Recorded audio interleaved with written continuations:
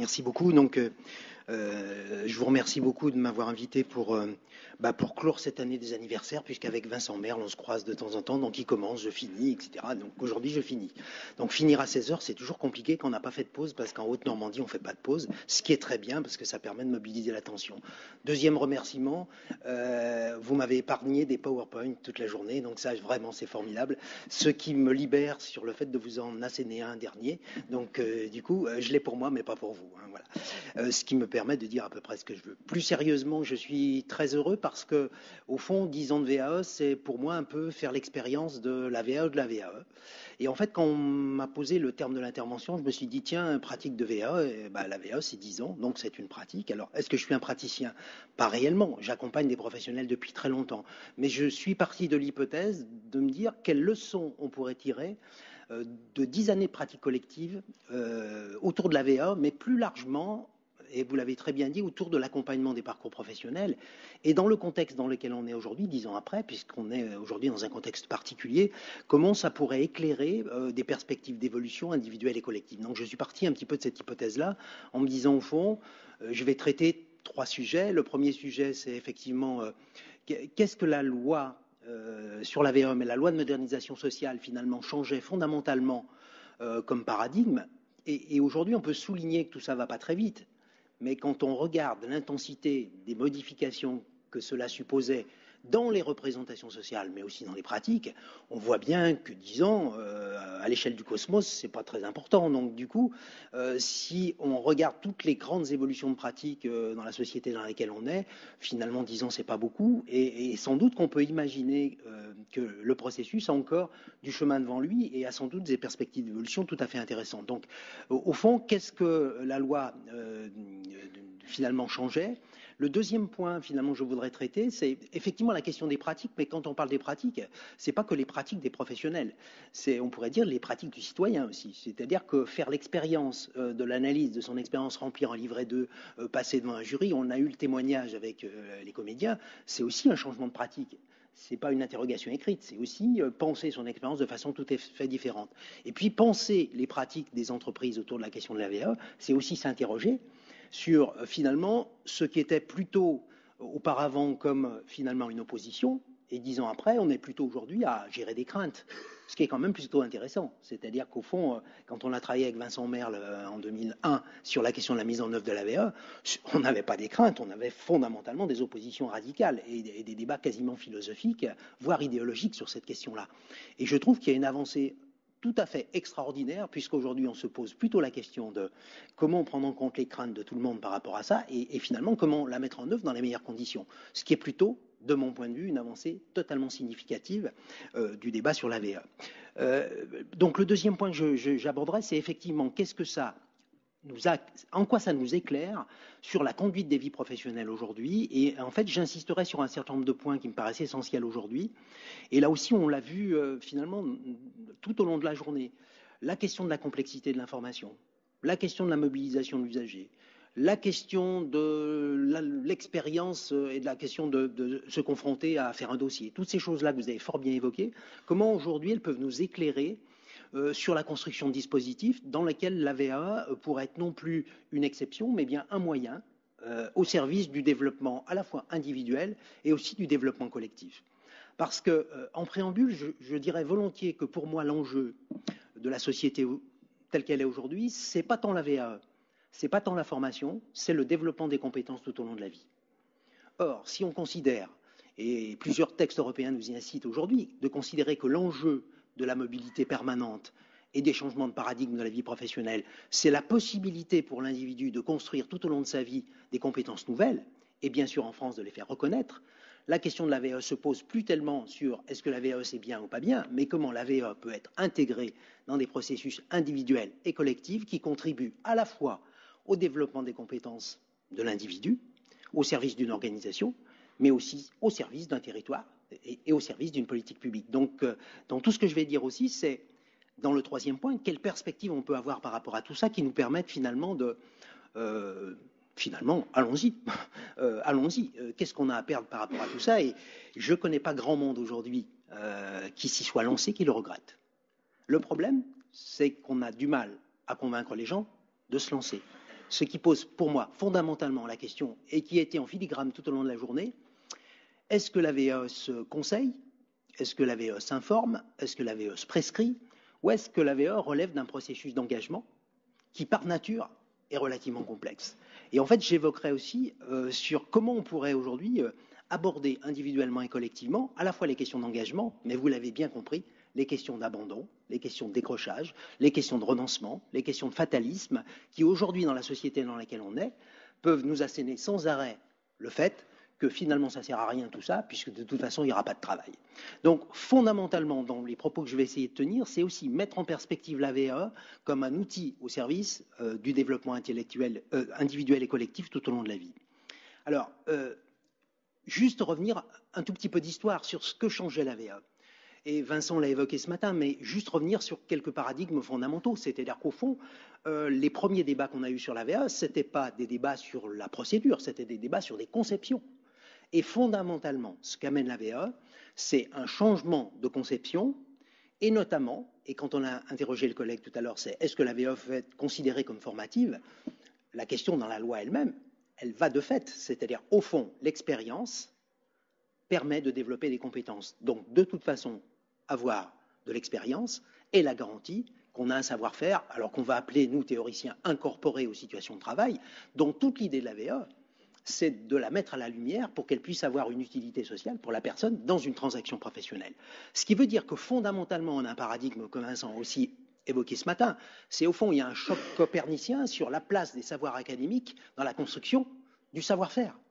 Fondamentalement, et pourquoi en France on a eu autant de difficultés sur cette idée finalement assez naïve que en situation, j'apprends, je sais faire des choses, parce que ça remet fondamentalement en question la question de la chronologie de la construction des modèles. C'est au fond, j'ai un projet, je me forme, je suis certifié et je travaille. Or, fondamentalement, ce modèle linéaire des années 60 à 70, aujourd'hui est remis en question. Il est remis en question à la fois parce que le contexte général et sociétal le remet tout simplement en question. Nous aurons tous plusieurs vies professionnelles pour le prix d'une. Est-ce que c'est grave? On peut en débattre. La deuxième chose, c'est qu'effectivement, de plus en plus, l'expérience et l'occasion de l'expérience va permettre le développement des compétences en situation. Toute la question, et l'enjeu est formidable aujourd'hui, c'est comment ce qui va être du savoir incorporé, et là je fais référence par exemple aux emplois d'avenir, permettre aux personnes d'exercer des activités à un moment donné, comment ce qui va permettre le développement de compétences peut à un moment donné faire trace, faire transaction, permettre à la personne de construire une argumentation sociale dans la construction de sa vie professionnelle. Ce qui veut dire que la question, par exemple, des emplois d'avenir, pour moi, n'est pas qu'une question de formation, mais fondamentalement du développement et de la reconnaissance des compétences que l'organisation et en gros le système social va permettre de donner à la personne. La deuxième chose qui me paraît importante dans ce qu'amenait fondamentalement finalement la loi, c'est aussi un aspect très philosophique, c'est-à-dire que le savoir n'est pas premier, c'est la présomption de compétences. C'est-à-dire qu'on fait l'hypothèse que même si ces compétences sont cachées, et même cachées à la personne elle-même, on fait l'hypothèse que ce savoir-faire incorporé peut se mobiliser en situation de travail, et deuxièmement, qu'on peut le faire exister. Or, le faire exister, et c'est toute la difficulté qu'on aura dans la VAE, c'est comment on peut le faire exister dans des formes sociales qui ne produisent pas une nouvelle forme de discrimination sociale. Et la question, par exemple, sur la maîtrise des savoirs de base ou sur les publics les plus vulnérables, j'y reviendrai, pose fondamentalement la question qu'au fond, la loi a été créée sur l'observation qu'un certain nombre de personnes en France n'ont pas les marqueurs de reconnaissance de leur expérience alors qu'ils ont une expérience significative. Le risque, et on l'a vu et j'y reviendrai, c'est au fond que les publics pour lesquels on a fait la loi soient pas forcément en mesure de se lancer dans le dispositif, tout simplement parce que les codes sociaux auxquels on va faire référence, complexité, analyse de l'expérience, formalisation écrite, négociation, certains rajouteraient mauvaise langue, parcours du combattant, sont des obstacles qui vont générer chez les publics les plus en difficulté, en fait, des risques de décrochage majeurs. Troisième élément qui est extrêmement important, parce que du coup, je me livre à un petit exercice de réflexivité partagée. Ce qui veut dire que fondamentalement, et la conduite d'un bus est tout à fait intéressante. Est-ce que finalement le professionnel s'interroge sur quand il fait correctement son travail? Fondamentalement, il ne s'interroge pas. L'acte de la réflexivité, c'est-à-dire expliquer comment je fais une marche arrière ou expliquer pour un professionnel comment il va porter une personne d'un lit à un fauteuil, ne correspond absolument pas à quelque chose qui est nécessaire dans l'activité de travail. c'est nécessaire dans la VAE. Ça veut dire qu'au fond, on va demander à des personnes d'exercer une activité intellectuelle, donc un processus cognitif, donc de conceptualisation, ce qu'on appelle la réflexivité, qui en fait n'est pas, du point de vue du sujet, dans l'immédiateté, aidant dans la situation de travail. Par contre, et vous l'avez très bien souligné tout à l'heure, c'est que ça va être aidant au-delà. C'est-à-dire qu'en fait, les gens vont devenir plus compétents, changer de regard sur leur situation de travail. Mais quand on va s'interroger sur est-ce que ça va les engager dans le processus et qu'ils vont regarder le livret d'eux, d'une certaine façon, il n'y a aucune chance qu'ils s'engagent parce que pour eux, c'est tout simplement pas nécessaire de le faire. Et vous verrez que c'est un enjeu fondamental pour les publics les plus vulnérables. Est-ce que l'individu a une utilité perçue du processus qu'on lui propose? Est-ce qu'il a une utilité perçue des effets sur sa propre situation dans lesquels il s'engage? Et je reviendrai sur ces questions-là parce qu'elles sont, de mon point de vue, tout à fait fondamentales. Dans toutes les études qu'on a fait aussi sur la VAE, et la dernière étude, par exemple, faite par le CREFOR et présentée ce matin, nous le montre tout à fait, c'est que fondamentalement, le processus de VAE va changer le regard sur son travail. C'est-à-dire, fondamentalement, toutes les personnes, quasiment, et là on a des études nationales, à partir du moment où le travail devient un objet de réflexion, ma relation au travail va changer.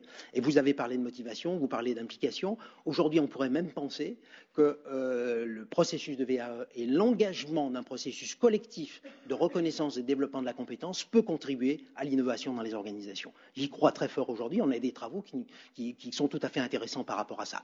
Donc ça veut dire aussi, et j'y reviendrai, qu'il ne va pas nous falloir dissocier de façon radicale ce qui est de l'ordre de l'exercice d'un droit individuel, dont je montrerai sans doute les limites aujourd'hui, de ce qui pourrait être une pensée plus collective du dispositif de VAE et dans l'engagement dans la certification pour un public beaucoup plus large et dans une logique, pour moi, clairement politique. Alors de politique d'entreprise, mais aussi de politique territoriale et en gros de politique publique. Si je reviens un peu à ce que changeait la VAE, parce que du coup, c'est aussi la question des pratiques. Finalement, la loi a été écrite et c'est tout à fait étonnant. C'est-à-dire qu'en fait, on a créé finalement 3 métiers, 3 activités, 3 fonctions. Alors, je ne sais pas trop comment les appeler, parce que à partir de quand une fonction devient un métier? Mais simplement, la fonction d'information conseil, elle est créée de toutes pièces, puisque moi, j'ai été chargé par la DGEFP en 2001 à la demande de Vincent Merle et donc du cabinet de réfléchir à ce que serait le service d'information conseil. Donc c'était en 2001, on a créé de facto un service qui n'existait pas. Des services d'information et de conseil existaient, un service dédié à l'information conseil, on en a parlé toute la journée, n'existait pas. Étrangement, la fonction d'accompagnement dont on a beaucoup parlé aujourd'hui, en 2001, quasiment on n'en parlait pas. Elle était quasiment absente des débats. C'est-à-dire dans toute la configuration de la loi, la fonction d'accompagnement n'existait pas. Or, et vous l'avez souligné, aujourd'hui, l'accompagnement est un enjeu majeur de réussite dans le dispositif. Et puis, alors les comédiens ont parlé des jurys, moi je vais parler du processus de validation. Et finalement, certifier de l'expérience singulière au regard d'un référentiel, c'est une activité qui n'existait pas. Ça n'existait pas. C'est-à-dire qu'on a été obligé, et ça c'est un enjeu extraordinaire de la loi, d'inventer collectivement 3 professionnalismes totalement inédits dans lesquels il n'y avait pas de règle de l'art. Et je reviendrai beaucoup sur cette question-là, c'est-à-dire qu'une des difficultés sans doute du développement de la VA, c'est le fait qu'on a construit un professionnalisme qui d'une certaine façon a été co-construit à partir d'une mesure, mais qui en même temps n'intégrait pas des règles de l'art venues d'ailleurs, venues d'en haut. Et c'est une difficulté qu'on a aujourd'hui, et j'y reviendrai par exemple sur la question de la qualité de l'accompagnement. Quand on va s'interroger aujourd'hui sur la qualité de l'accompagnement, et je pourrais faire lien par exemple avec la pratique de bilan de compétences, on voit bien aujourd'hui que ce n'est pas la bonne volonté ou le professionnalisme des gens qui pose problème, c'est le fait de ne pas avoir de références partagées absolument clair pour savoir si on fait bien son travail.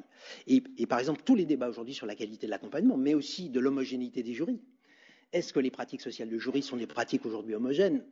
Si je faisais le guide Goemio des pratiques des jurys aujourd'hui en France, qui aurait beaucoup de succès sur Internet, je vous le garantis, poserait immédiatement le problème de est-ce que les jurys ont des règles totalement partagées ou est-ce qu'au fond, comme dans un examen, il y a des formes d'inéquité possibles qu'il nous faudrait aujourd'hui réduire? Vous avez compris ma réponse, c'est que de toute façon on n'empêchera pas la subjectivité, mais qu'on réfléchisse à des règles de l'art dans la question des métiers auxquels on est confronté est un enjeu social majeur. Donc deuxième élément qui est extrêmement important à avoir en tête, c'est qu'en fait on a développé des professionnalismes nouveaux qui sont construits en marchant. Et l'exemple qu'on a eu tout au long de la journée, c'est l'exemple de la co-construction d'une chaîne de services nouvelle qui est passée de logiques d'atomisation à des logiques d'abord de partenariat, et dont j'appelle de mes voeux qu'elles deviennent des pratiques coopératives. Et ce qui était tout à fait extraordinaire et qui me paraît une avancée totalement significative, c'est qu'on passe de pratiques partenariales à des logiques de service centrées usagers. Et ce qu'amenait la VAE de façon tout à fait intéressante, c'est que jusqu'à présent, l'usager central, l'usager au centre, etc. Dans le travail qui a été fait sur la VAE, on voit très très clairement que l'organisation même des services s'est faite autour de l'expérience singulière du sujet et que tout ce qui a été pensé et construit est bien autour de la question de l'usager.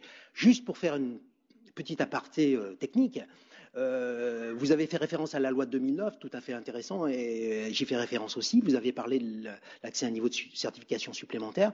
Moi, je pourrais faire référence à la question du SPO, par exemple, là, service public d'orientation depuis 2009. Alors, je ne veux pas rentrer dans le débat et la polémique. Juste, quand j'ai été sollicité sur le SPO, la première chose que j'ai dit, un service public, il y en a un qui existe, c'est les points relais conseils. Ils ont une charte. En fait, toute l'organisation sociale d'un travail partenarial existe, etc.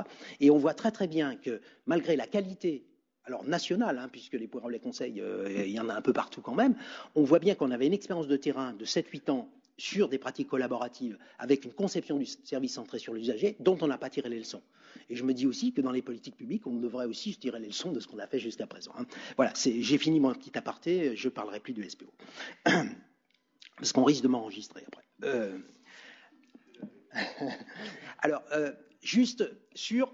Deuxième point, une fois que j'ai dit tout ça, c'est qu'est-ce que la VAE nous éclaire aujourd'hui, dans tout ce que j'ai raconté, en quoi ça nous éclaire sur, au fond, les pratiques, les usages et quelles perspectives on pourrait avoir par rapport à ça.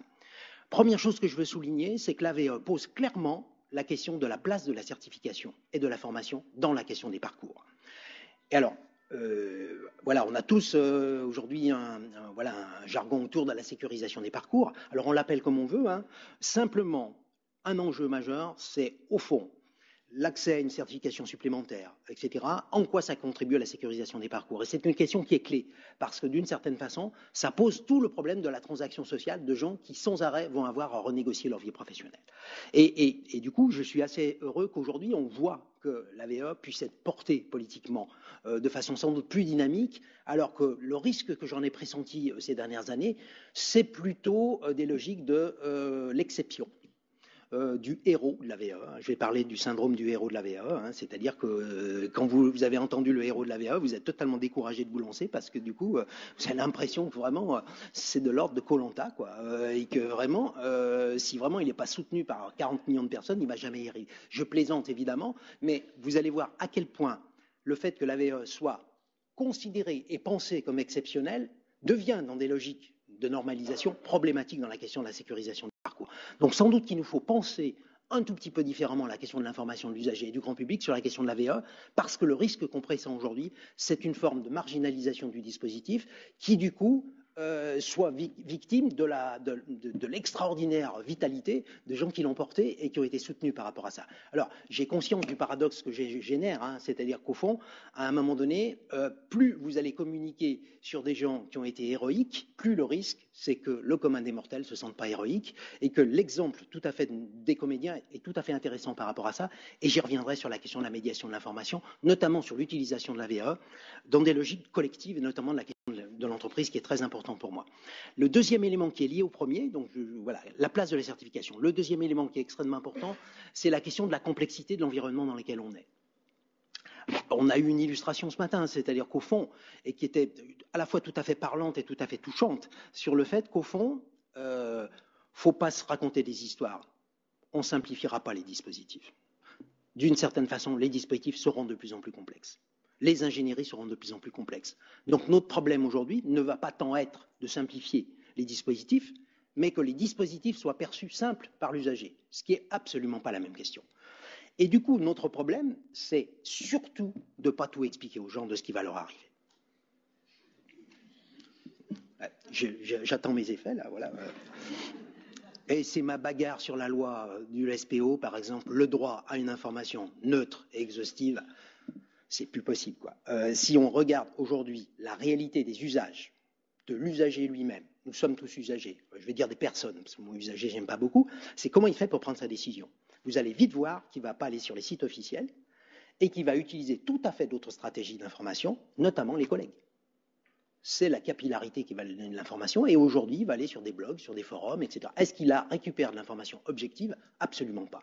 Il récupère essentiellement de l'information de point de vue. Or, la grande question sociale aujourd'hui, c'est est-ce que la puissance publique est capable de garantir la qualité des informations de recommandation, parce que toutes les informations qu'elle va certifier sont des informations objectives, mais qui, en termes d'usage, ne servent pas à l'usager.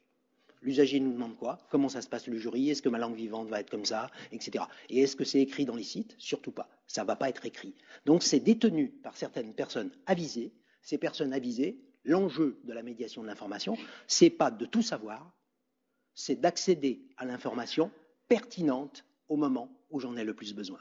Et c'est un débat que j'ai eu, par exemple, dans les débats sur le SPO, c'est-à-dire au fond, mettre de l'information à disposition à l'usager, on supposerait que parce qu'on lui la met à disposition et qu'elle est de qualité, elle va produire un processus d'engagement. C'est une erreur technique considérable. Ça veut dire qu'au fond, on présupposerait que la mise à disposition de la ressource garantit l'appropriation. Absolument pas vrai. Si je fais référence, par exemple, aux travaux du prix Nobel d'économie saine, qui est une formule que j'aime beaucoup, c'est-à-dire qu'il va développer le concept de capacité autour d'une idée très simple. Pendant très longtemps, on a considéré que ce qui était important, c'est la qualité des ressources qu'on mettait à disposition des personnes. Et puis, il rajoute, non, la liberté réelle, c'est l'effectivité des ressources. Et l'effectivité des ressources, c'est quoi? C'est la possibilité de l'usager de les utiliser dans la situation dans laquelle il est. Or, l'enjeu aujourd'hui n'est pas tant la qualité des ressources mises à disposition que l'effectivité de la ressource qu'on va pouvoir mettre à disposition, qui nécessite là non plus d'informer les gens, mais de mettre en place de dispositifs de médiation de l'information qui passent par l'information, bien sûr, mais qui passent aussi par d'autres biais que la simple information officielle. Donc cet élément, il est crucial dans les politiques parce que du coup, d'une certaine façon, alors ça renvoie à la question par exemple des CARIF, sur la question de la certification de l'information, sur l'accès à l'information par rapport à la formation, sur les comportements des jurys dans tel type de situation, sur la valeur des certifications, etc. On est frappé aujourd'hui du fait qu'on a un développement des usages de décisions qui sont de plus en plus liés à de l'information de recommandation et de moins en moins à des informations certifiées officielles. On est juste au début de la révolution, c'est-à-dire qu'on voit aujourd'hui, quand on interroge par exemple des usagers sur la manière dont ils ont choisi un organisme de formation, ce qui nous frappe, c'est que quasiment, ils vont sur Google et au bout de 3 minutes, ils vont aller essentiellement chercher des informations de recommandation qui peuvent être tout à fait erronées, tout à fait de point de vue, tout à fait scandaleuses dans certaines situations, mais qui en fait vont aider à leur processus de décision. Juste pour terminer là-dessus, sur la question de la VAE est un magnifique laboratoire de la complexité. Au fond, la VAE, il y a de l'information officielle, l'information d'usage. C'est pas la même. Ce qui est important, c'est distinguer qu'est-ce qui est utile à la personne dans le processus de décision. Ce qui est utile, c'est pas toujours ce qui est écrit dans les brochures.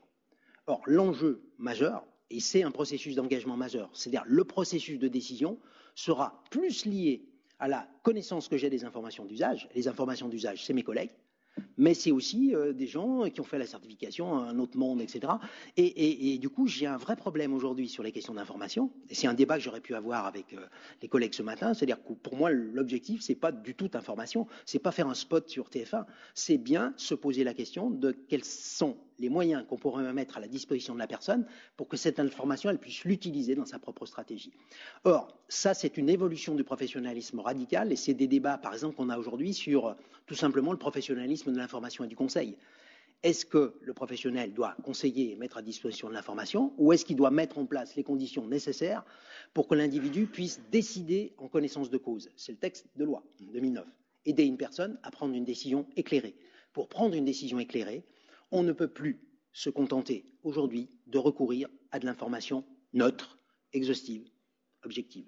On est obligé d'en passer par des informations stratégiques d'usage qui sont détenues par des personnes que moi je vais appeler avisées, et du coup, de la responsabilité du professionnel, c'est de qualifier ces informations pour en vérifier la pertinence, la récence, la transposition, etc.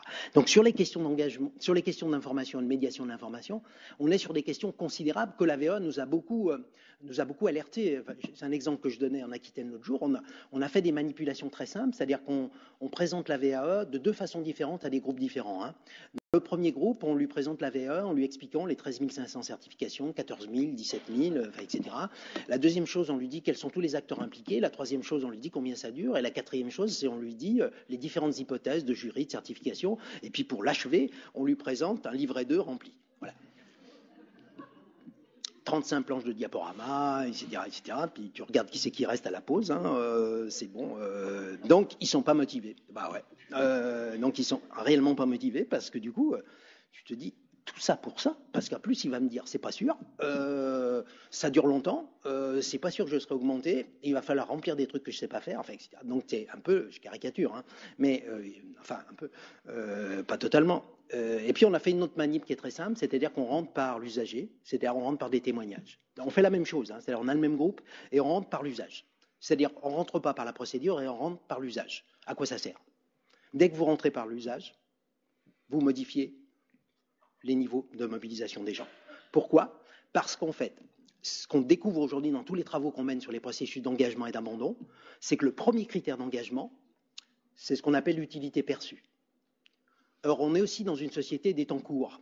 C'est-à-dire que la question du court-termisme devient un enjeu majeur pour beaucoup de personnes. Donc, du coup, d'une certaine façon, si on est sur le registre de compréhension des personnes qui sont là, il ne faut pas penser trop loin. Il faut plutôt penser un petit peu. Et l'exemple de ce matin était tout à fait intéressant. Mon ami Jean-Marc parle du pas d'après que j'ai développé comme concept. C'est-à-dire, il ne faut pas trop planifier à un moment donné. Il faut mettre toutes les étapes nécessaires et puis sécuriser un petit peu toutes les étapes et gérer les aléas quand ils se présentent. Et que du coup, quand on gère les aléas, ça va plutôt bien se passer. Donc l'utilité perçue, c'est le sentiment que j'ai que ce que je vais faire est susceptible de modifier la situation qui est la mienne. On pourrait faire la même chose pour le CIF. À quoi ça me sert? Et la question même de l'utilité perçue se double d'un deuxième facteur qui est quels sont les risques associés à cette utilité perçue.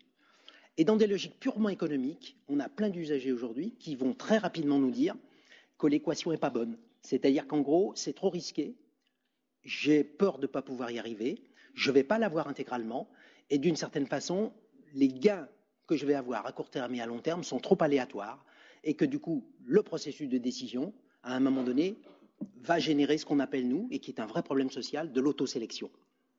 Or, notre problème aujourd'hui, sans doute, dans le développement de la VAE, j'y viendrai, c'est sans doute pas de massifier par des médias habituels la VAE, mais de s'intéresser aux usages et de penser qu'au fond, plus on sera en proximité avec les préoccupations des personnes, plus il y a des chances que ça puisse susciter de l'intérêt. Donc ça veut dire qu'au fond, l'équation même de la VAE, elle est inadaptée au cadre de pensée collective dans lequel on est. Alors, quand je dis qu'elle est inadaptée, c'est a priori.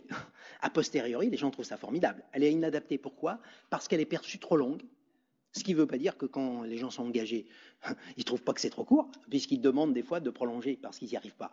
Mais elle est perçue comme trop longue, elle est perçue comme trop aléatoire, elle est perçue comme trop risquée.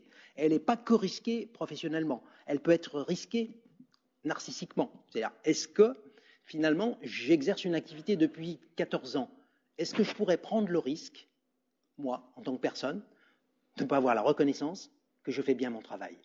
Et en fait, on voit aujourd'hui que convaincre les gens qu'il faut y aller n'est pas toujours la bonne stratégie. C'est-à-dire qu'il nous faut penser les processus de décision dans quelque chose qui est beaucoup plus complexe et qui, du coup, qui intègre, c'est tout à fait intéressant dans ce qui s'est dit aujourd'hui, c'est-à-dire qu'on intègre l'idée de la VAE partielle comme, finalement, assez normale. Et que la logique de la binarisation du résultat, réussite-échec, amplifie l'autosélection chez les personnes. Ça nous frappe dans toutes les études qu'on a faites, c'est-à-dire à partir du moment où l'usager pense la VAE comme échec ou réussite, il ne va pas y aller s'il ne se sent pas capable de le faire. Celui qui va le faire, c'est qu'il ne joue pas sa peau, c'est-à-dire qu'il l'intègre à un processus parallèle et que d'une certaine façon, la réversibilité est possible puisqu'il sait qu'il va pouvoir accéder à de la formation. Pour la personne qui est la plus en difficulté, qui risque de ne pas avoir les codes sociaux, le fait de s'engager dans le processus de VAE est un risque considérable. Alors, tous les travaux qu'on mène aujourd'hui sur l'engagement, et je fais un travail actuellement sur le décrochage, ça peut vous apparaître comme ayant rien à voir. Ça a tout à fait à voir. C'est-à-dire que notre problème aujourd'hui, ce n'est pas tant l'engagement, c'est la persévérance. Tenir le coup. Et l'enjeu fondamental aujourd'hui, c'est de penser les processus d'engagement non seulement sur qu'est-ce qui va m'arriver ici et maintenant, mais qu'est-ce qui ferait, et on en a eu des témoignages ce matin, qu'est-ce qui ferait que les gens tiendraient le coup? C'est-à-dire qu'au fond, ils seraient capables de gérer les aléas du processus dans ses hauts et dans ses bas. Vous l'avez très bien dit, la déprime du milieu de l'accompagnement. C'est-à-dire qu'à un moment donné, très naturellement, ça avance pas bien, j'ai l'impression que j'y arriverai jamais, etc. Qu'il y a un processus normal, s'il n'y a pas d'accompagnateur, ça va jamais marcher, d'une certaine façon. Les gens vont laisser tomber. Donc la question même du processus de persévérance, et vous l'avez dit dans votre étude ce matin, au-delà de 14 mois, les abandons sont beaucoup plus importants, c'est-à-dire quand les gens ont arrêté. Donc on est dans des temporalités aussi extrêmement importantes. L'enjeu, c'est penser les processus d'engagement dans la VAE, aussi sur les processus de persévérance. Et la VAE est un magnifique laboratoire de l'engagement et de la persévérance. Pourquoi ? Parce que les gens qui ont tenu le coup dans un dispositif de VAE, je peux vous dire qu'ils sont tenaces. Ça veut dire qu'ils ont fait l'expérience de l'aléa, qu'ils ont fait l'expérience du doute, qu'ils ont été accompagnés et qu'ils sont sortis grandis de l'expérience. Donc globalement, tout ce qu'on observe aujourd'hui, c'est que dans un monde de l'incertitude et du fatalisme, la VAE pour tous, ça serait pas mal. C'est-à-dire, c'est faire l'expérience du non-fatalisme.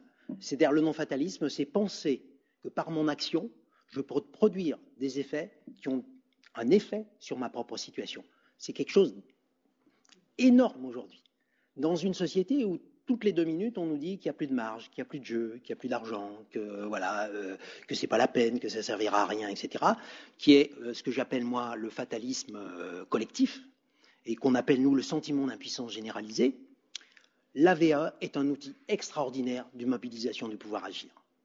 Penser qu'on peut agir soi-même avec des appuis dans une situation sociale est un enjeu tout à fait extraordinaire pour les personnes auxquelles on est confronté.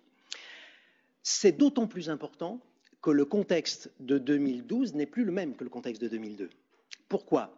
Mais parce qu'il y a une donnée, et que Vincent a évoqué ce matin, c'est-à-dire qu'au fond, la mobilité professionnelle devient de plus en plus une norme sociale.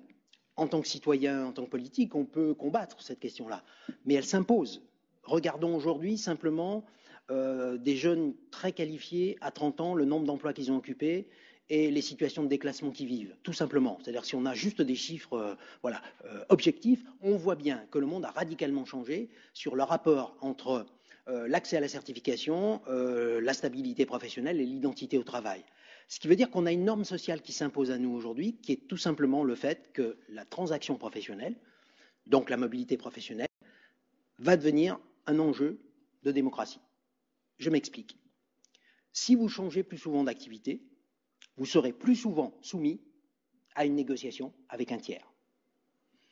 Si je n'ai pas la reconnaissance de la certification, qu'est-ce qui va faire que je suis capable d'être reconnu comme compétent ? En France, la certification. La capacité de parler de mon expérience devient un enjeu d'inclusion sociale ou de discrimination sociale majeur. Et c'est là où sans doute la VAE est un outil tout à fait intéressant parce qu'il nous permet de penser le parcours professionnel dans la construction progressive d'une argumentation sociale, non seulement à l'intérieur de ma propre organisation, mais dans la conduite de ma vie professionnelle, au-delà de cette vie professionnelle-là. Ce que voulait dire Vincent Merle ce matin, c'est-à-dire qu'au fond, à partir du moment où le professionnel ne va plus construire son identité liée à une structure, ça va plutôt être la norme. Il est nécessaire qu'il délie, ce qu'on appelle délier dans le nomadisme, délier sa reconnaissance et son identité de l'organisation d'appartenance. Mais quel est son problème ? Très simplement, la perte de mon lien d'affiliation, ce qu'on appelle la désaffiliation d'une organisation, qu'est-ce que ça pose comme problème immédiatement ? Quelle est mon identité de professionnel si je perds mon travail ? Or, l'enjeu majeur, c'est la question d'une construction de l'identité professionnelle qui ne soit pas uniquement liée à des organisations de travail, mais bien que je puisse intérioriser, et la seule manière de l'intérioriser, c'est la compétence. C'est-à-dire que ma compétence a une valeur transactionnelle dans un autre cadre que celui de ma seule organisation. Plus les sociétés modernes vont développer, en gros, de la précarité. Je vous renvoie aux chiffres du Bureau international du travail sur l'état du monde du travail aujourd'hui sur la planète. Mais voilà, nos démocraties européennes sont déjà une belle illustration de tout ça. Ce qui veut dire que si vous augmentez la précarité, vous augmentez les questions de vulnérabilité sociale, l'enjeu de l'expérience et de parler son expérience et de la réflexivité sont des enjeux sociaux majeurs. Ce qui veut dire aussi qu'on a sans doute à réfléchir ensemble sur en quoi le travail de l'AVA nous éclaire, et là je le dis comme ça, sur la manière dont on pourrait penser.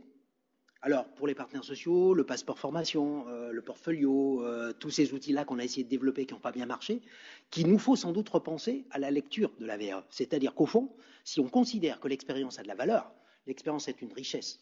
Hein, belle affiche, et j'aime beaucoup la formulation, est une richesse, c'est-à-dire que c'est une ressource.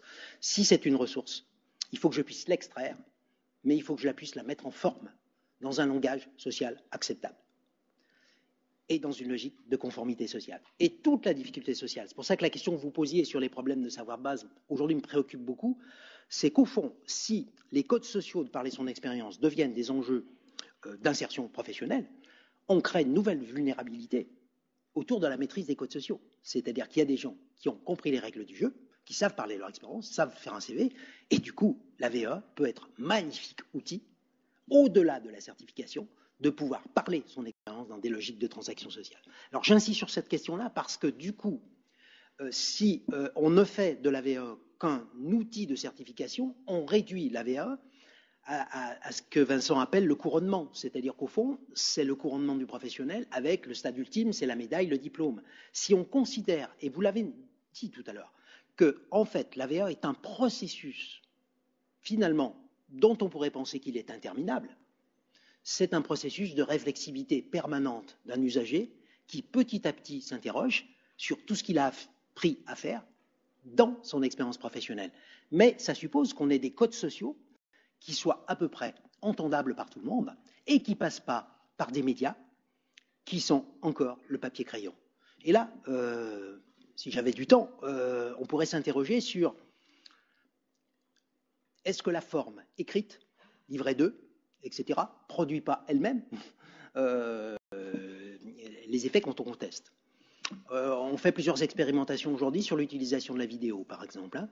On fait plusieurs expérimentations sur d'autres formes d'expression que la forme écrite codifiée. Les gens ont des ressources extraordinaires à partir du moment où on lève l'ambiguïté du format imposé. Donc on a sans doute à réfléchir aujourd'hui aussi, non seulement sur la question du processus de VA, mais sur la question de la forme. Alors là, je renvoie à des travaux tout à fait extraordinaires d'un consultant qui s'appelle Charbonnier, hein, qui vient de sortir un livre récemment sur est-il encore nécessaire d'apprendre, et qui est un peu un pavé dans la mare de nos métiers, en disant en fait la ressource est partout, et l'enjeu aujourd'hui c'est au fond comment l'usager va pouvoir accéder à la ressource et s'en servir, et que les questions même des professionnels et de professionnalistes vont être de plus en plus des questions de médiation et de moins en moins des questions d'information et de diffusion et de conseil. C'est vraiment des enjeux considérables par rapport à la question même de la VAE elle-même. J'ai encore un peu de temps.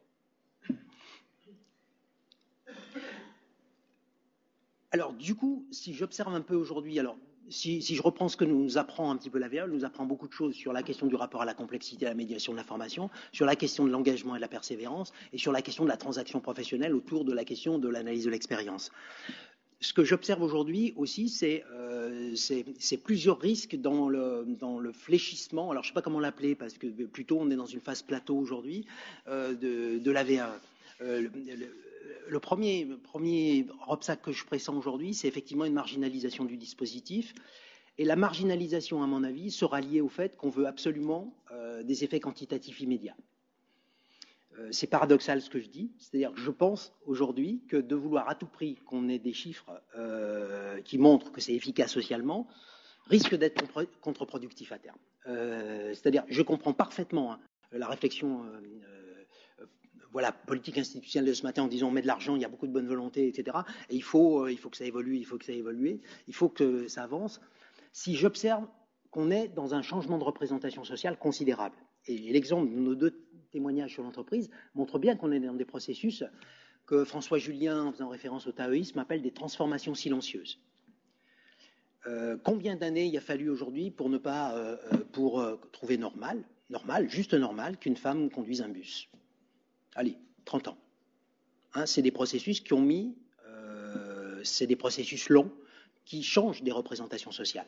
La VAE impacte des représentations sociales majeures, c'est-à-dire qu'elle interroge sur le fait qu'au fond, la représentation de la certification, la représentation du diplôme, la représentation de l'usage aujourd'hui, sont interrogés par le dispositif lui-même. C'est-à-dire qu'il y a une multiplicité d'interrogations, les nouveaux rôles sociaux, le rôle de l'information, le rôle de la certification. Donc tout ça est densifié en fait dans la VAE elle-même. Ce qui pose le problème aujourd'hui de plutôt comment on pourrait la diffuser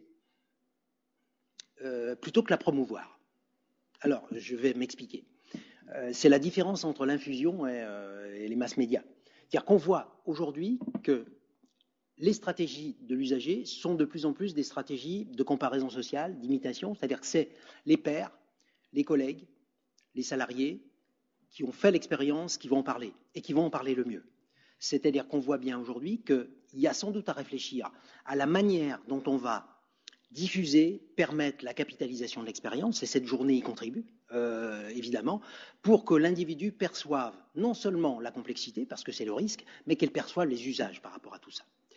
Un autre élément que je trouve intéressant, notamment dans la question du collectif, parce que c'est des choses qu'on développe aujourd'hui. Et vous l'avez dit dans l'ingénierie, de la complexité de l'ingénierie par rapport à l'entreprise elle-même. Le fait que la VAE puisse s'intégrer non plus uniquement à du droit individuel, mais à des questions de la création d'un collectif, crée aussi quelque chose qui nous préoccupe beaucoup, c'est qu'au fond, et le comédien tout à l'heure nous a incité à y penser, c'est finalement il y a des craintes d'y aller tout seul. Et en fait, la création d'une forme de collectif de travail autour de la question de la VAE me paraît un enjeu aujourd'hui tout à fait intéressant. Et voilà, on mène un travail dans plusieurs régions aujourd'hui sur l'utilisation et la création de collectifs de travail pour des publics éloignés du système de qualification, qui ne maîtrisent pas les systèmes de certification, pour progressivement créer de l'émulation autour de personnes qui vont trouver du sens en le faisant ensemble. Donc la question du collectif aussi est quelque chose qui est tout à fait intéressant. On a pas mal d'expérimentations aujourd'hui autour de ces questions-là. Et l'entrée de la VAE dans les logiques d'entreprise est aussi un enjeu tout à fait intéressant par rapport à ça. Si je résume un petit peu tout ça, avant de vous laisser la parole, on voit bien que la VAE, elle nous ouvre plein de petites lumières sur le fait qu'au fond, il y a des lumières qu'il nous faut essayer d'explorer et de faire fructifier. Évidemment, il y a la question de la reconnaissance et de la valorisation. C'est une évidence, mais il faut quand même le redire. Quelqu'un qui a 20 ans d'expérience et qui, du coup, a une certification, c'est pas rien.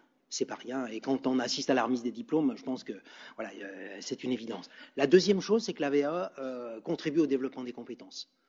Et c'est pas rien de le dire. Ça veut dire qu'elle n'est pas uniquement une reconnaissance sociale, c'est qu'elle contribue à faire des professionnels qui ont du recul par rapport à la pratique. Et vous l'avez très bien dit tout à l'heure, c'est-à-dire que le fait d'avoir du recul par rapport à sa pratique, d'une certaine façon, ça forme des professionnels qui ont des savoirs plus affûtés, plus actualisés, et qui vont contribuer en fait à la performance collective. La troisième chose qui est extrêmement importante dans la situation sociale dans laquelle on est, c'est que la question de la reconnaissance produit des effets identitaires extrêmement forts. C'est-à-dire qu'au fond, l'enjeu de la situation de vulnérabilité collective dans laquelle on est possiblement tous confrontés, c'est au fond qui suis-je en tant que professionnel si je perds mon emploi. Or, fondamentalement, la VAE permet quelque chose autour de l'identité au travail qui n'est pas collié à une organisation de travail, c'est un élément tout à fait important. Et puis un dernier point, parce que c'est quelque chose qui me paraît essentiel, c'est que les conditions de réussite et de pertinence sont vraiment liées à ce qu'on appelle l'activation du soutien social. Si j'avais du temps, on pourrait parler des questions fondamentales d'accompagnement, mais vous l'avez très bien dit dans l'étude aussi, la place de la famille, la place du soutien, la manière dont les processus de décision font que les personnes sont aussi solidaires dans cette question-là et comment les gens peuvent s'embarquer, parce que c'est quasiment s'embarquer dans un projet par rapport à tout ça.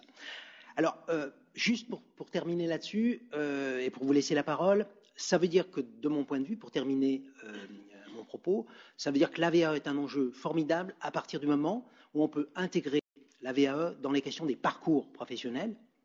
Ça, c'est le premier point. Et le deuxième point, c'est sans doute qu'on arrive à dépasser la seule utilisation du droit individuel pour passer dans une logique collective qui ne nie pas le droit individuel, puisqu'évidemment on est dans le cadre de la loi, mais on voit bien qu'à partir du moment où on peut créer de l'émulation et on peut créer finalement petit à petit, là encore c'est le terme de Vincent, quelque chose autour d'une utilité partagée, et sur la CAPEB par exemple et sur les métiers du bâtiment, vous l'avez dit, le fait d'avoir une reconnaissance, une certification sur les marchés publics, sur la question de la qualité, sur la question, tout ça, ça va avoir des effets. Donc par exemple les petits artisans aujourd'hui commencent à avoir conscience sur le fait que ça peut avoir des effets et de l'intérêt pour eux, et vous l'avez très bien dit tout à l'heure. Donc on voit bien que la question du collectif devient un enjeu de développement par rapport à tout ça. Puis pour moi le dernier point c'est au fond, c'est une évidence. Ça veut dire qu'on est dans finalement un dispositif qui a 10 ans, qui a des pratiques dans lesquelles il nous faut sans doute plus modéliser le professionnalisme requis. Alors je m'explique. C'est quoi la différence entre un professionnel et un non professionnel? Un professionnel, c'est quelqu'un qui ne fait pas au hasard. C'est-à-dire qu'au fond, il fait les choses dans les règles de l'art. Et aujourd'hui, on pourrait penser que dans les métiers du conseil, que dans les métiers de l'information, dans les métiers de l'accompagnement et que dans les métiers de la certification, on est au début de la construction des règles de l'art. Et qu'il y aurait sans doute un travail collectif tout à fait passionnant, intégrant tout le monde, à réfléchir au fond, qu'est-ce qui ferait qu'à un moment donné, on réduirait les zones de subjectivité par rapport à tout ça et d'une certaine façon, on faciliterait l'engagement des personnes. La seule chose que je nous souhaite, c'est de nous retrouver dans 10 ans ici pour faire les bilans des 20 ans. Merci beaucoup.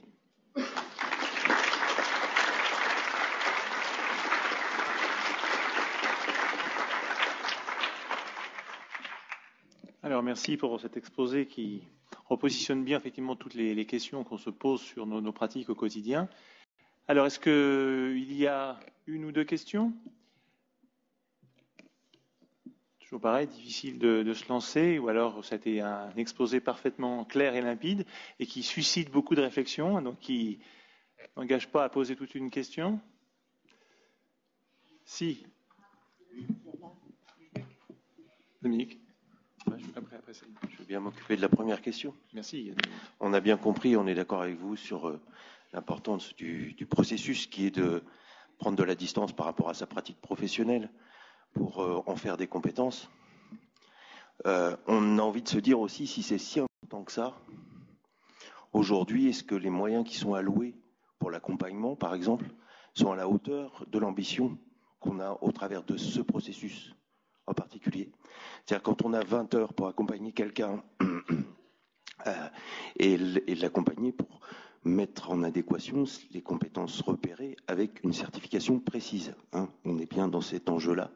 Quand on a 20 heures, est-ce qu'on peut en même temps satisfaire au processus que vous disiez, qui est la prise de distance sur l'ensemble de ces compétences et la remise en perspective par rapport à un parcours professionnel?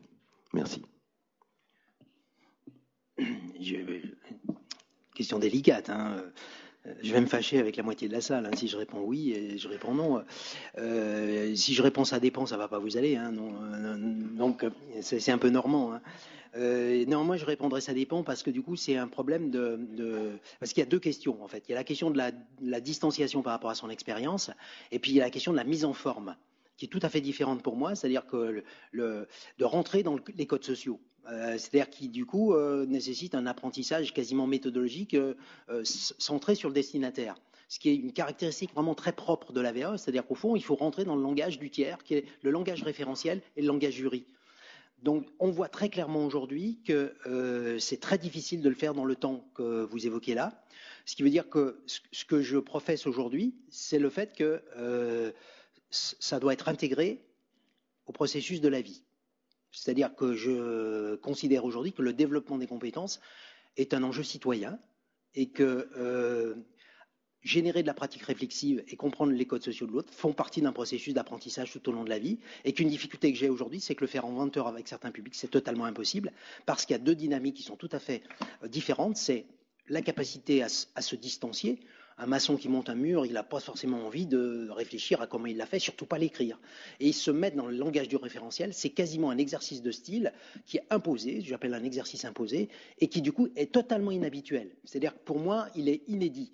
Et à partir du moment où il est inédit, il va mettre en difficulté l'ensemble des publics. Donc ce n'est pas du tout pour moi la question de la qualité de l'accompagnement, c'est bien le fait qu'à un moment donné, on est confronté à des obstacles méthodologiques qui n'ont rien à voir avec la qualité de l'expérience. Vous l'avez bien compris, ce n'est pas la qualité de l'expérience qui est en jeu, mais de penser le processus alors de réflexivité et de mise en forme. Moi, je distingue par exemple la question de réfléchir sa pratique et de la question de la mettre en forme.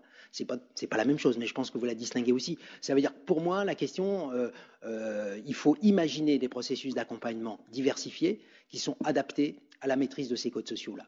Et que du coup, la question des 20 heures aujourd'hui, c'est comme le bilan de compétences en 24 heures massé, c'est qu'on voit bien qu'on a à réfléchir collectivement à l'individualisation des processus d'accompagnement. C'est vrai pour la VAE, mais ça pourrait être vrai sur les processus d'accompagnement tout au long de la vie professionnelle. Est-ce qu'aujourd'hui, c'est toujours pertinent de faire un bilan de compétences de 24 heures dans un temps qui est défini a priori comme étant de 2 mois? Est-ce qu'il ne serait pas plus malin finalement d'étaler les processus d'accompagnement sur 12 mois avec des logiques plutôt de régulation plutôt que de planification? On peut en débattre, mais c'est une question que je crois que les partenaires sociaux ont aujourd'hui, en travail, et qu'aujourd'hui l'État et les partenaires sociaux ont en débat aussi. C'est-à-dire que ce que vous posez aussi, c'est pour moi la question centrale de l'individualisation du service. Et que du coup, le risque, c'est qu'on accuse le professionnel de ne pas faire son travail, alors même que son travail est totalement impossible. Ce que Claude appelle le travail empêché. Je suis un peu long, mais je ne voulais pas répondre de façon brutale. Bien, donc 2 questions, là, Saïd Adjara, puis Nathalie, après. Moi, j'ai une question d'ordre général. Il a été rappelé ce matin qu'une des spécificités du système français, c'était quand même l'effet parchemin. Et on voit les derniers travaux de l'INSEE que vous devez connaître, ou du CEREC, où on voit sur les trajectoires, qu'elles soient professionnelles, salariales, où l'effet parchemin joue encore très très fort. Pensez-vous que la VAE a pu infléchir cet effet parchemin, et est-ce que le développement de cette VAE peut changer aussi le fait que la sortie de la formation initiale avec un tel diplôme peut être atténuée sur les trajectoires professionnelles? Alors, si je réponds oui ou non, j'évacue la question pour moi qui est fondamentale. C'est la question sociale fondamentale et c'est la représentation de la valeur de la formation et du diplôme dans les vies professionnelles. Or, ça, c'est une question fondatrice. Aujourd'hui, au collège, un certain nombre de jeunes pensent que faire des études ne garantit pas une position sociale. Donc ça veut dire que le problème social dans lequel on est, il est beaucoup plus au-delà de ça. C'est que c'est la valeur de la certification dans la conduite de sa vie professionnelle et dans l'accès à une position sociale. Si vous reprenez par exemple les travaux de Penny sur le déclassement, il ne va pas s'interroger sur la forme d'accès à la certification, il va juste dire, le constat aujourd'hui, c'est que l'élévation du niveau de qualification des personnes, si il permet de plus facilement trouver un travail, ce qui est validé par toutes les études, n'empêche pas le déclassement social. C'est-à-dire qu'au fond, il va plutôt générer de la frustration. Ce qui génère un double effet qui se coule, c'est qu'au fond, très jeune, toute une partie de la population va considérer que faire des études ne vaut pas le coup, puisque ce n'est pas la garantie de la position sociale. Fais des études, mon fils, te garantira ça. Pour moi, la question du parchemin est d'une certaine façon seconde. C'est-à-dire qu'au fond, elle va renvoyer à une deuxième question, c'est, au fond, est-ce qu'il vaut mieux avoir la certification que de l'expérience ? Si vous êtes geek informaticien, la certification, c'est pas un enjeu. Donc la question aussi, ça dépend du type d'exigence dans l'accès à l'emploi de la certification. Donc c'est pour ça que je ne peux pas répondre oui, non. Ça a eu des effets très importants sur la représentation de l'écart entre l'expérience et la certification. Ça, c'est extraordinaire. C'est-à-dire quand on voit, et Vincent l'évoquait, c'est le travail qui a été accompli sur la construction des référentiels, etc. On voit qu'il y a une vitalité autour de ces questions qui est tout à fait extraordinaire. Mais pour moi, socialement, ça ne touche pas à une question, pour moi, fondatrice. C'est l'interrogation de toute une partie de la jeunesse aujourd'hui. C'est est-ce que ça vaut le coup de faire des études ? Et qui, du coup, pour qui la certification est seconde, dans lequel ils vont récupérer effectivement le système après, mais qui est, je pense, une interrogation sur, en gros, la jeunesse cause nationale aujourd'hui, et le lien entre le niveau de diplôme acquis. Si je faisais des comparaisons internationales aujourd'hui, si vous voyez ce qui se passe en Espagne, je travaille avec l'Espagne, le Portugal, la Grèce sur un nombre de projets, vous voyez bien que ils nous admirent sur ce dispositif-là, mais leur problème est ailleurs. C'est leur problème, ils ont des gens tellement certifiés qu'ils n'arrivent plus à trouver du travail et tout simplement on est à l'aube de nouvelles mobilités du travail. Les travaux du CDFOP là, qui sont sortis il y a 3 semaines font frémir sur cette évolution-là. Donc je m'excuse de ne pas répondre, mais pour moi c'est important de resituer aussi la question de la place de la VAE dans la certification dans le diplôme, la valeur du diplôme dans la question de la position sociale, parce que l'enjeu des personnes aujourd'hui dans le processus de décision, c'est l'utilité en termes de position sociale qui va être le déclencheur. Est-ce que ça va? Et du coup, si j'ai de l'expérience, ça ne va pas être la même chose que si j'en ai pas, par exemple. Moi, c'était juste pour compléter et répondre au ça dépend du temps qu'il faut pour l'accompagnement. Je me revenais en mémoire, et ça c'est parti d'un indicateur pour évaluer le temps, une expérimentation qui avait eu lieu ici, il y a déjà, enfin, portée par la région Haute-Normande il y a déjà plus de 10 ans, qui s'appelait Parcours Plus, où se posait la question justement du temps nécessaire pour l'accompagnement. Et ce qu'on avait un peu identifié, c'est qu'une personne qui avait déjà mis en mémoire et en travail son expérience à travers le bilan de compétences avait besoin peut-être d'un temps un petit peu moins long pour l'accompagnement. C'est un des indicateurs, c'est pas le seul. Voilà. Et puis revenir sur le fait que la VAE aussi historiquement a été mise en place dans le cadre d'une politique de reconnaissance et de validation des acquis. Donc on a bien l'articulation possible entre ces deux dispositifs ou ces deux lois. Voilà. Oui, dans le fond là-bas. Un micro peut-être, s'il vous plaît.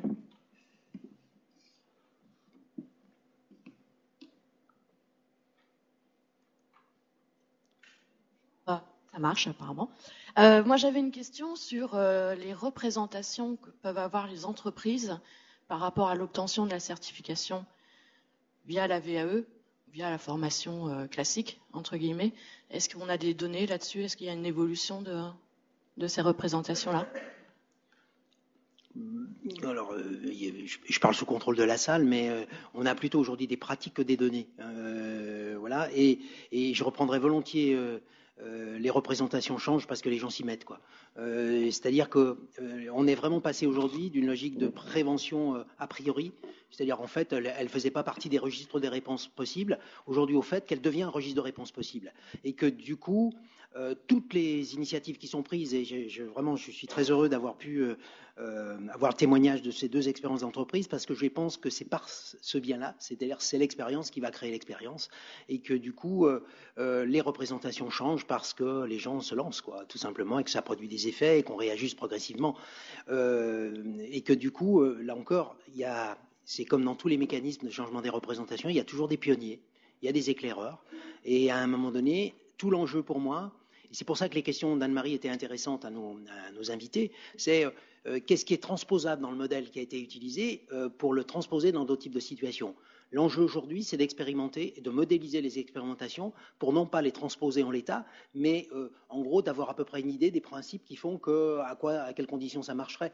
Et il me semble qu'on a un vrai enjeu. Alors il y a eu des travaux depuis 2005 sur la question de l'entreprise, mais en même temps on n'a pas, à ma connaissance aujourd'hui, de choses totalement ficelées, parce que ça dépend de la taille, ça dépend du domaine, enfin il y a plein de critères qui peuvent jouer. Ce qu'on est clair aujourd'hui, c'est que, à ma connaissance, je ne connais pas beaucoup d'organisations, j'en connais point à ma connaissance, qui aient regretté de s'y être lancé, ni du côté du salarié, ni du côté de l'organisation.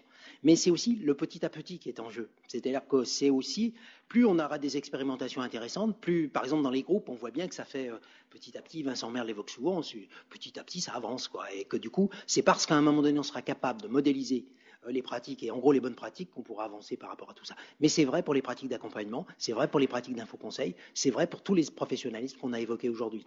Et essayons, me paraît, pour reprendre ce que vous disiez, allons-y, quoi. Aujourd'hui, il n'y a pas grand-chose à perdre. Tout ce qu'on observe aujourd'hui, c'est que si on sécurise à peu près les choses au niveau des salariés et qu'on ne leur impose pas les choses, parce que du coup, l'exercice du droit individuel est subtil à un moment donné. On voit bien qu'il y a des personnes qui peuvent se sentir plutôt invitées, poussées.